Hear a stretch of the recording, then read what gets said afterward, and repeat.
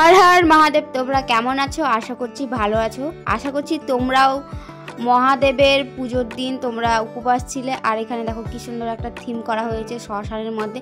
তারপরে আমরা চলে আসি হলো স্যারের বাড়িতে। স্যার এত সুন্দরভাবে আমাদেরকে নেমন্তন্ন দিয়েছিল যে না এসে থাকতেই পারেনি। আর স্যার এসেই কিন্তু আমাদেরকে ঘর ধরিয়ে দিয়েছিল, কারণ আমরা যাব এখন জল আনতে গাজলে। তো চলো তাড়াতাড়ি যাই। তো আমরা হেঁটে হেঁটে গিয়েছিলাম হলো স্যারের বাড়ি থেকে। আর অনেকটা হাঁটতে হয়েছিল, কিন্তু আমরা সবাই একসঙ্গে হাঁটছিলাম আর সবাই নাচ করছিল, তো তেমন কিছু মনে হয়নি যে অনেক দূর রাস্তা গিয়েছিলাম। অনেকটা রাস্তা হাঁটতে হয়েছিল বলে আমার অনেকটা পা ব্যথা হয়ে গেছিলো আর যেতে অনেকটাই কষ্ট হচ্ছিল।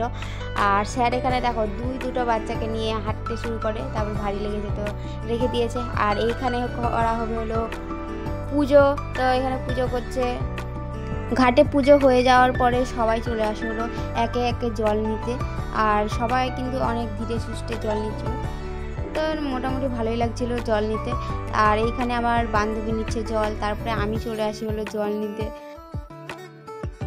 আমরা যেই পুকুরটাতে জল নিয়েছিলাম তো সেইখানে কালী ঠাকুর আছে, তারপরে অন্যান্য আরও অনেক ঠাকুরগুলো রয়েছে। তো সেখানে পুজো করছিল। তারপরে পুজো করা হয়ে যাওয়ার পরে আমরা চলে যাচ্ছি হলো স্যারের বাড়ি যাওয়ার উদ্দেশ্যে। আর যাওয়ার সময় সবাই নাচ করছিল।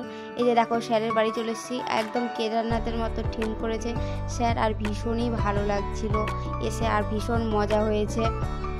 দেখো আজকে মন্দির উদ্বোধন আসে, এখানে ফিতে কাটার অনুষ্ঠান হয়েছিল, কিন্তু স্যার ফিতেটা কেটে দিয়েছে। তারপরে আমি ভিডিওটা অন করেছি, তো সেই ভিডিওটা নিতে পারিনি।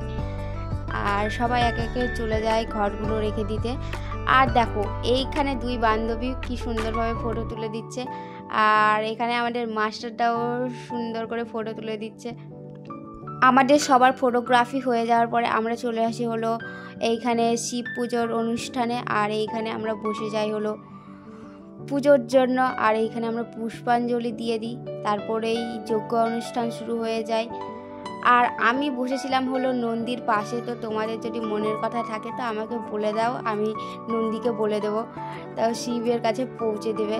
তারপরে পূজা হয়ে যাওয়ার পরে আমরা জল দিয়ে দিই, তারপরে আমাদের এখানে পুজোর প্রসাদ পেয়ে যাই আর খাওয়া দাওয়া করে নিই। সকাল থেকে না খেয়ে থেকে আমার অবস্থা পুরো একদম খারাপ হয়ে গেছিলো। তারপরে দেখো আলালের এইখানে প্রচণ্ড ভিড় হয়েছিল। আমরা বাসে যখন আসছিলাম তো বাস থেকে এই ভিডিওটা করেছি। আর আলাল ব্রিজ থেকে ভিউটা দেখো জাস্ট এত সুন্দর লাগছে। তো দেখা হচ্ছে নেক্সট ব্লগে। ততক্ষণে সুস্থ থেকো, টাটা বাই বাই।